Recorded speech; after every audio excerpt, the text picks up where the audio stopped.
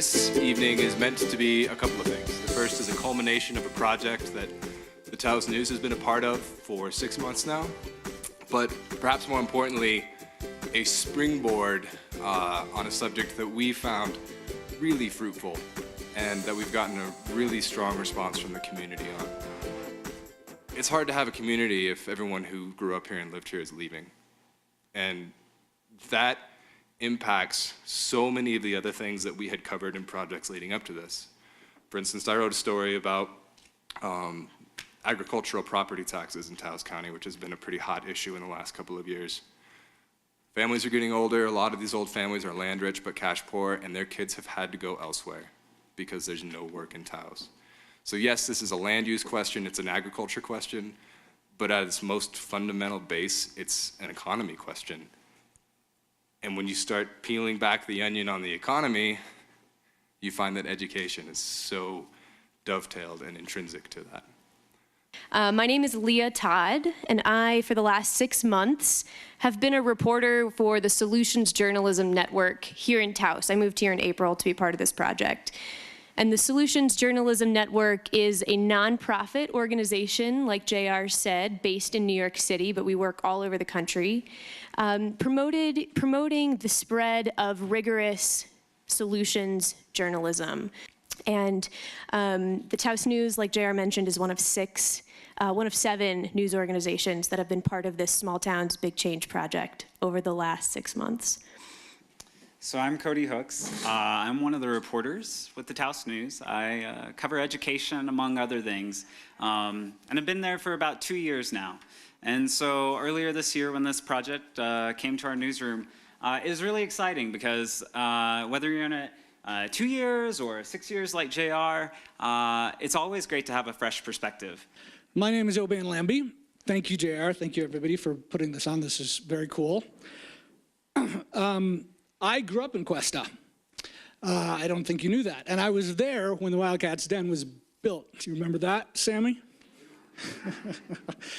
I own Brown Rice Internet. We've got a staff of 9. We have a data center here in town. We are going to break $1 million in revenue this year. It's very exciting. We've had hiring challenges for the entire history of my business, which is 20 years. Good evening, I'm Marcia Brendan. I live in Dixon, and I work in Espanola for a wonderful center called the Center for the Education and Study of Diverse Populations. My colleague Ron Martinez, who directs the center, is here in the audience. It's affiliated with New Mexico Highlands University. But within that center, the programs that Ron and I have been most engaged in over a couple of decades are those having to do with students and with student leadership, building student capacity, and helping students in the Espanola and northern New Mexico area and really set goals, graduate from high school, have a future with their language and their culture intact, and hopefully come back home. Good evening, everybody.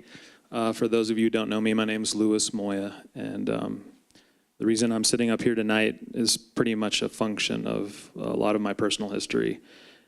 It's nice to look out at the audience here and see so many familiar faces, some unfamiliar faces, but I think one of the reasons that we're all here tonight is because of our relationship with Taos. And like Oban, I'm from the area. I grew up here. I went to Taos High School.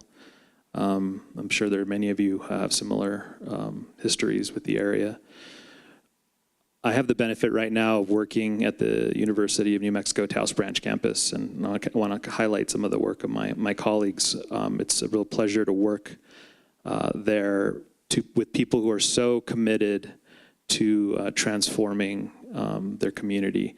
Good evening, everybody. My name is Carla Chavez, and like Lewis, I am homegrown.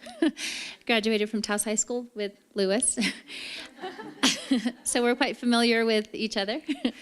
I am here this evening to, I guess, give the perspective from both high school and university education. I teach for Taos High School and for UNM-Taos, and so I guess I have a unique perspective of being able to see students as they move through the education, that's the educational opportunities that are here in Taos.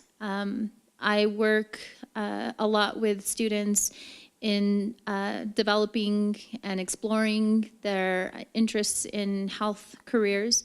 And so that's some of my work that I do with UNM-Taos and the nursing program that's here.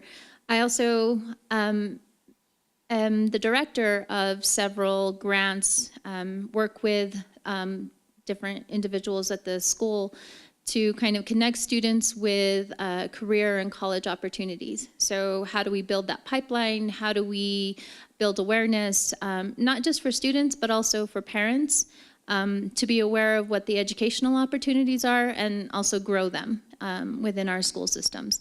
Well, good evening, everyone. My name is Ahser Vigil. I'm a student at Taos High School. I'm actually the student body president at Taos High School. I've lived here in Taos going on 6 years. I originally lived in Farmington, New Mexico. I moved here because my stepfather got a job at the hospital. So I was kind of inducted into the Taos atmosphere, and as it's been previously stated, you know, it definitely takes a certain kind of person to live in Taos. You know, it's really centered around culture and tradition, and as I've said, it takes a particular person. But as far as, I guess, my perspective, it'll be the student, you know, the youth perspective. I'm a senior at the high school. There's outstanding opportunities at the high school, I can say personally, you know, as far as education, and I hopefully can give a decent input to you guys and we can get something productive going on here.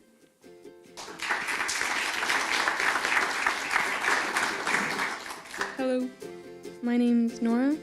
I'm also part of Taos High School. I'm the student body secretary, and I guess I'm also here to offer insight into the youth's perspective.